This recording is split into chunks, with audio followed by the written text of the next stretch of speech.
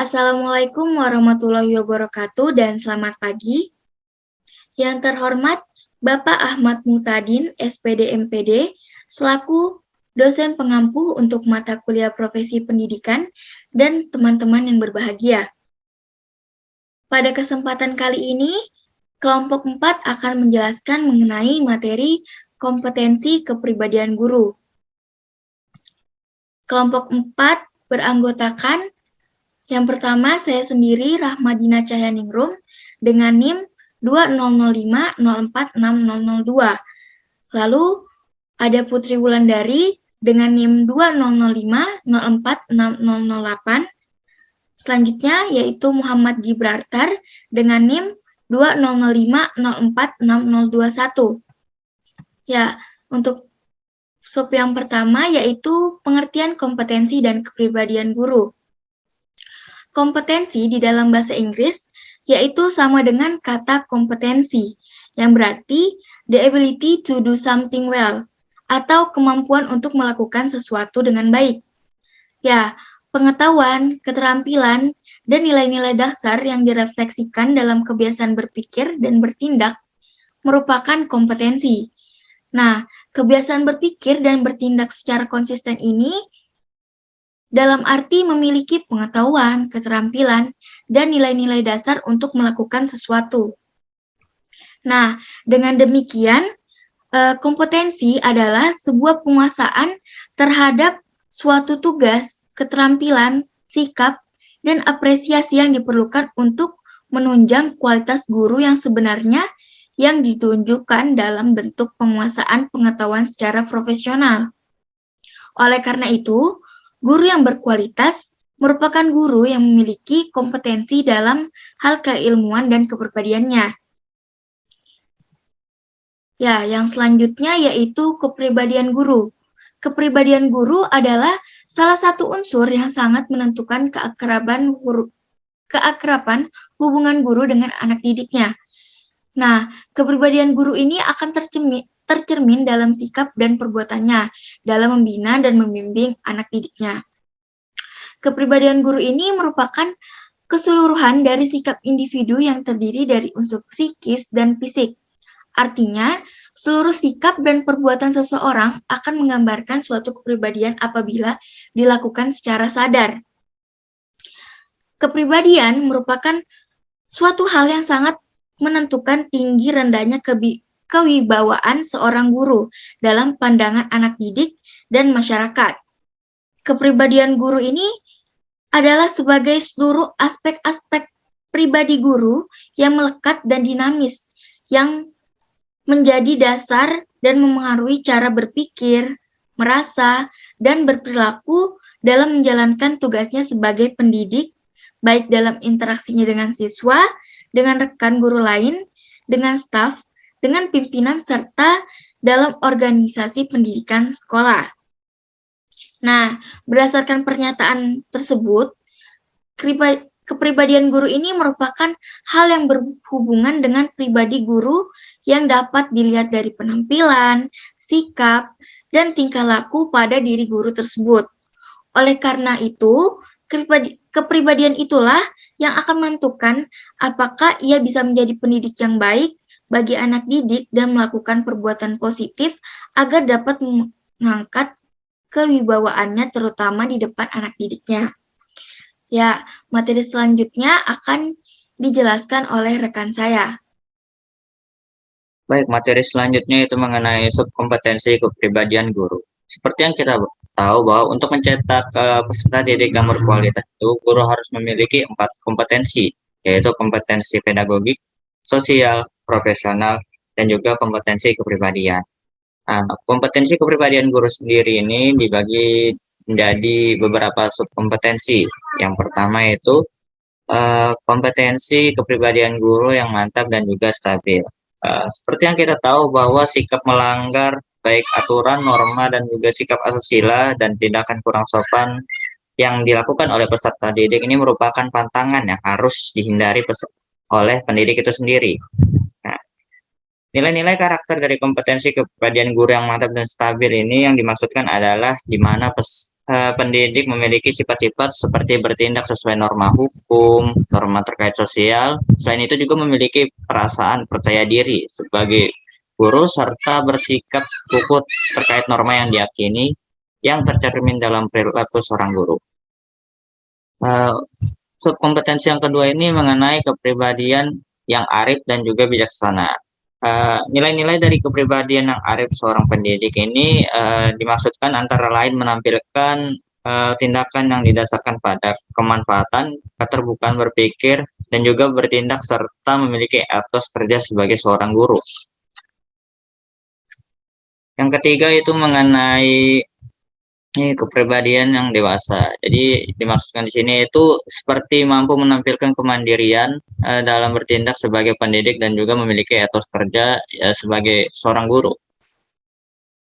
Untuk subkompetensi yang keempat ini itu mengenai kepribadian yang berwibawa. Untuk kepribadian yang berwibawa seorang pendidik ini dapat dimaksudkan itu dengan nilai-nilai karakter yang dimiliki seperti memiliki perilaku yang berpengaruh positif terhadap peserta didik dan juga perilaku yang disegani oleh peserta didik. Selanjutnya itu subkompetensi kepribadian guru yang kelima, yaitu memiliki akhlak yang mulia dan juga teladannya. Sebagai seorang pendidik itu sudah semestinya itu bertindak sesuai dengan norma-norma agama. Contohnya seperti beriman, bertakwa, jujur, ikhlas dan juga suka menolong, serta memiliki perilaku yang bisa diteladani oleh peserta didik itu sendiri. Materi yang akan kita bahas selanjutnya itu mengenai faktor-faktor yang mempengaruhi kompetensi kepribadian guru. Nah, pembentukan pribadi seorang guru tentunya dipengaruhi oleh beberapa faktor seperti faktor lingkungan, keluarga, sekolah tempat dulu ia belajar, masyarakat, dan juga sekolah tempat ia mengajar sekarang. Nah, kepribadian sebagai seorang guru ini tentunya tidak lepas dari kepribadiannya sebagai seorang individu. Nah, adapun faktor-faktor yang akan kita bahas yang mempengaruhi kompetensi kepribadian guru ini, yang pertama adalah mengenai faktor biologis. Nah, maksudnya dari faktor biologis ini adalah faktor yang berhubungan dengan keadaan jasmani atau seringkali disebut dengan faktor fisiologis. Nah, kita tahu ya bahwa setiap orang itu dilahirkan dengan keadaan jasmani atau fisik yang berbeda-beda. Nah, karena ya, setiap orang dilahirkan dengan keadaan fisik yang berbeda-beda, tentunya sikap dan juga sifat-sifat serta temperamen setiap orang itu berbeda-beda pula.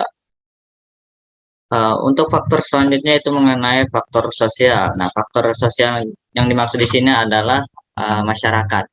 Nah, pengaruh lingkungan sosial yang diterima oleh setiap orang itu akan semakin besar dan juga luas. Ya, tentunya faktor sosial ini awalnya berasal dari lingkungan keluarga, kemudian meluas pada anggota-anggota keluarga lain, dan kemudian ke teman-teman sebayanya, lingkungan desa atau kota, hingga pengaruh yang khusus yaitu dari lingkungan sekolah, mulai dari guru-gurunya, teman-temannya, kurikulum sekolah, peraturan yang berlaku di sekolah dan sebagainya. Untuk faktor yang selanjutnya itu mengenai faktor kebudayaan. Yang dimaksud di sini adalah faktor kebudayaan yang tumbuh dan berkembang di tengah-tengah masyarakat. Contohnya seperti tradisi-tradisi, adat istiadat, peraturan-peraturan, bahasa, dan juga lain sebagainya yang berlaku di masyarakat.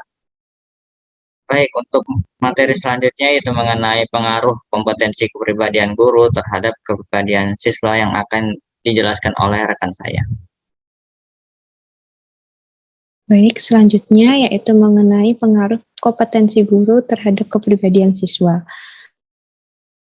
Terdapat 3 hal yang harus diberikan oleh seorang guru kepada siswanya, yaitu yang pertama, ilmu pengetahuan, nilai-nilai keagamaan, dan akhlak yang terpuji. Sebagai seorang guru, kita tahu ya bahwa di sekolah itu merupakan lembaga pendidikan formal, tempat berlangsungnya kegiatan belajar dan mengajar. Di sekolah, seorang guru menjadi orang tua bagi siswanya. Guru akan memberikan ilmu pengetahuan, nilai-nilai keagamaan, dan akhlak, contoh dari akhlak terpuji kepada siswanya. Hal ini dilakukan agar seorang siswa mampu menjadi pribadi yang lebih baik, yang unggul, terampil, dan mandiri. Oleh sebab itu, penting sekali bagi seorang guru memiliki kompetensi yang baik agar mampu mewujudkan kepribadian siswa yang baik. Seperti itu. Kemudian selanjutnya yaitu kompetensi yang harus dimiliki guru. Nah, secara garis besar, yang pertama, seorang guru itu perlu mengerti dan dapat menerapkan landasan kependidikan, baik filosofi, psikologi, sosiologis, dan sebagainya. Mengerti dan dapat menerapkan landasan kependidikan. Jadi, dalam kependidikan kita tentu kita memiliki landasan ya. Kita dalam pembelajaran di dalam kelas harus mengerti dan menerapkan landasan tersebut dengan baik. Kita juga harus memahami psikologi siswa dan sosiologis siswa kita. Kemudian yang kedua, mengerti dan dapat menerapkan teori belajar sesuai taraf perkembangan peserta didik. Jadi kita perlu memahami, mengerti teori belajar sesuai dengan perkembangan peserta didik, yaitu kita harus menyesuaikan bahwa pada usia rentan sekian, peserta didik kira-kira akan mampu menerima teori yang seperti apa, seperti itu. Kemudian yang ketiga yaitu mampu menangani dan mengembangkan bidang studi yang menjadi tanggung jawabnya. Penting sekali bagi seorang guru memahami secara penuh mengenai bidang studi yang menjadi tanggung jawabnya agar mampu mengembangkan dan menangani bidang studi yang mereka ajarkan di dalam kelas. Kemudian yang keempat, mengerti dan menerapkan metode pembelajaran yang bervariasi. Penerapan metode pembelajaran yang bervariasi ini bertujuan agar seorang siswa tidak mudah bosan ketika menjalani pembelajaran di dalam kelas. Selanjutnya yaitu mampu mengembangkan dan menggunakan berbagai alat, media, dan sumber belajar yang relevan. Ya, sebagai seorang guru kita harus kreatif sekali menggunakan berbagai alat seperti alat peraga, kemudian media pembelajaran online maupun maupun offline ya. Kemudian sumber belajar ini seperti buku, misalnya kita harus bisa mencari buku-buku yang relevan dengan bidang studi yang kita ajarkan. Kemudian yang keenam, mampu mengorganisasikan dan melaksanakan program pembelajaran. Jadi seorang guru harus mampu mengatur kondisi pembelajaran yang akan dilakukan di dalam kelas. Kemudian yang ketujuh, mampu melaksanakan evaluasi hasil belajar peserta didik. Jadi seorang guru harus mampu mengevaluasi peserta didiknya, bagaimana kegiatan pembelajaran yang telah berlangsung, apakah sudah sesuai dengan target dan tujuan pembelajaran yang diinginkan. Kemudian yang kedelapan yaitu mampu menumbuhkan kepribadian peserta didik. Nah, kompetensi ini mampu menumbuhkan kepribadian peserta didik ini dapat dilakukan dengan cara memberikan contoh-contoh yang baik kepada peserta didik, kemudian menggunakan kata-kata yang baik ketika mengajar di dalam kelas dan tidak mudah dan selalu memberi motivasi peserta didik agar peserta didik itu tidak mudah pesimis seperti itu. Baik, mungkin sekian presentasi dari kelompok kami. Kurang lebihnya mohon maaf. Terima kasih. Wassalamualaikum warahmatullahi wabarakatuh.